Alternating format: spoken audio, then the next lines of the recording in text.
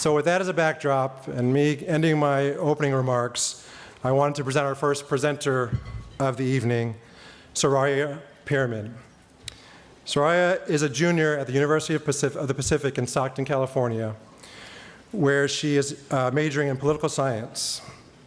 With a love of the law inspired by her street law teacher, the aforementioned Andrea Fazel, Soraya is spending this semester here in DC at American University and is interning at a local law firm.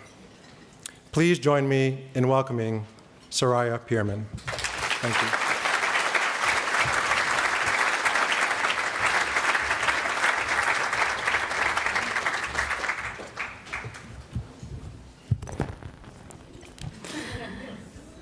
Thank you, Mr. Mosby.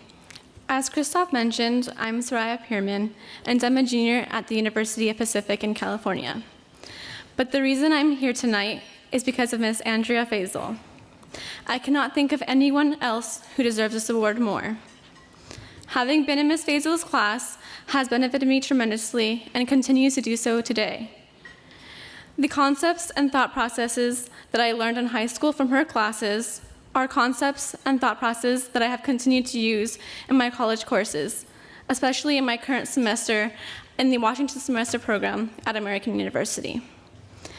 The way Ms. Fazel broke down complicated court cases, constitutional questions, and governmental institutions allowed high school students to engage in thoughtful dialogue. Additionally, the way she fostered a sense of community in the classroom allowed us to maximize our learning experience. However, my favorite exercise will always remain the one in which Ms. Fazel asked us to examine the Bill of Rights and determine which were most important to us. The way she got us to do this was through a simulation. She told the class that Canada was invading and we could only keep 5 rights. So as a group, we had to come to a consensus on which 5 rights we would keep. After we finally narrowed it down to 5 rights, Ms. Fazel then told us we had to narrow it down to 1. This was difficult. Not only did we have to choose 1 right, but we had to all agree as high school students on which 1 right we would keep. We learned about what each right meant to us, but this is not why this is my favorite exercise. After the simulation was over and we were moving on to another topic, a student frantically interrupted and asked, "But wait, is Canada really invading the United States?" Because of simulations like these, I still remember a lot of concepts from the course.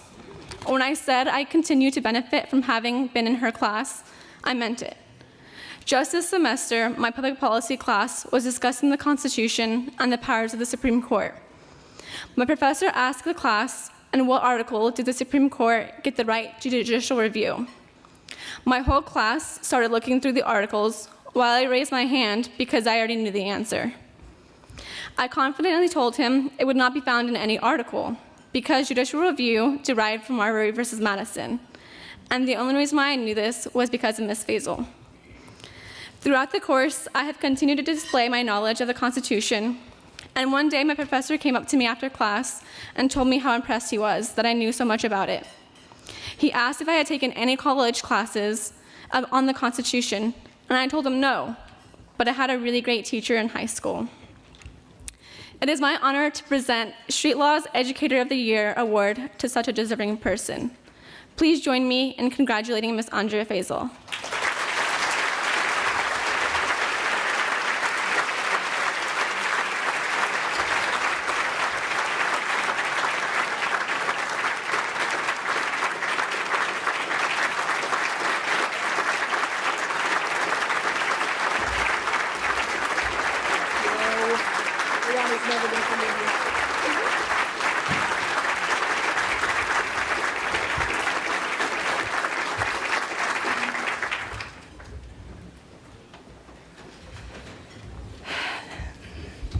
Thank you, Soraya, for that introduction.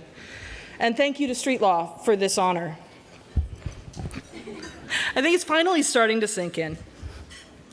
7 years ago, I started this adventure at Natomas Pacific Pathways Prep, NP3. It's a college prep, law-themed charter high school. Every student at our school takes a law course every year, including foundations of law, criminal law, constitutional law, and civil law. And I know that many of you are in the legal field, and I suspect that many of you would have loved to attend such a school. Trust me, it's as awesome as it sounds. I entered NP3 with two important tools: 7 years of experience teaching English and a top-notch legal education from UC Davis School of Law. But translating those into figuring out how to teach criminal law to 10th graders was an adventure. How to make it both clear and interesting wasn't self-evident. Thankfully, it wasn't long before I found street law to add to my arsenal of resources. A few years ago, the first day of my honors constitutional law class, I was going over the basic first day stuff. We were about to start our first class activity, discussing hot-button issues we'd touch on in the course: affirmative action, marriage equality, religious freedom, abortion. I was concerned that these honors students would hold back, worried that they might get on my bad side for whatever they might say. So I added, and just to make sure you understand, I don't care what you think. Head snapped up around the room. I almost didn't understand why. And then I played it back in my head and realized how it probably sounded. So I added, wait, I think that came out wrong. I don't care what you think. I care that you think. Don't try to impress me by saying what you think I believe. If you and I disagree on everything, but your logic is thoughtful, we're good. And if you agree with me on everything, but you can't explain why, we have a problem. I don't want a bunch of mini-me's. That's just creepy. So they got the message. I start every course this way now. And every year, we've had dynamic and thoughtful discussions about challenging issues.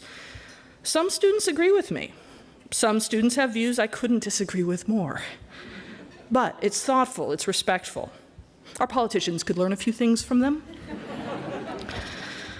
I've heard from many students over the years that have views that are hugely different from mine, and sometimes from their parents. And each time they thank me for challenging them to re-examine assumptions they had held without thinking about them. And they've thanked me for helping them defend their views and see the other side better.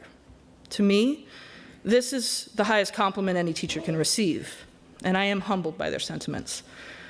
Ultimately, my hope is that I'm teaching all of my students a few key things. You can be part of creating a better politics than what you see right now. Principles and compromise can coexist. So can disagreement and respect. Think critically. Have an open mind. Communicate clearly. If you can do that, you can be, as Eric Liu says, literate in power. Exercise your power. It doesn't just benefit you. You pay respect to those who came before you and built what we benefit from today. And you change the world we live in a little bit at a time. Staying on the sidelines is not an option. Jury service matters. Understanding the news matters. Understanding our history and our system matters. Voting matters. It's been an incredibly long and winding road to get to this point.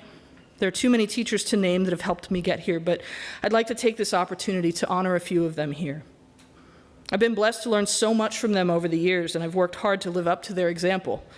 Their influence comes through every day. My first teachers, my parents, taught me about standing up for your views, but understanding that you're never as right as you think you are. My 9th grade English teacher, Mr. Jorgensen, taught me to see failure as an invitation to get better, and then showed me how to get there.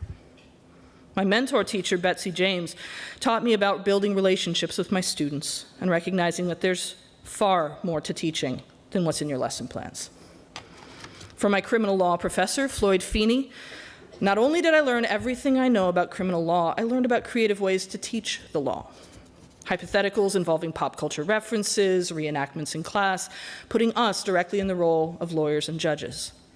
When I started to teach criminal law, I tried to channel his energy and his clarity. I think I've had a few moments where I've come close. I'll keep trying. From my colleagues in administration at NP3, far too many to name, I've learned what it's like to teach in a school where administrators, teachers, parents, and students all recognize we're on the same team, and where trust and collaboration are at the heart of what we do, even when we wholeheartedly disagree with each other. And I learned that I actually do love teaching, regardless of what I may have believed after the first 7 years of my career.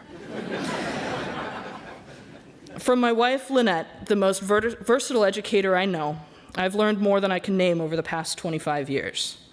But perhaps the most important to me tonight, I learned to see teaching through her eyes, giving me the inspiration to take a second shot at teaching and the tools to be successful in this career that I love. From my students, I learn more every year. They are my biggest inspiration every day to be the teacher that they deserve. Some days I think I almost get there. In the meantime, I'm just going to keep doing my best to be worthy of this award and of them. Thank you.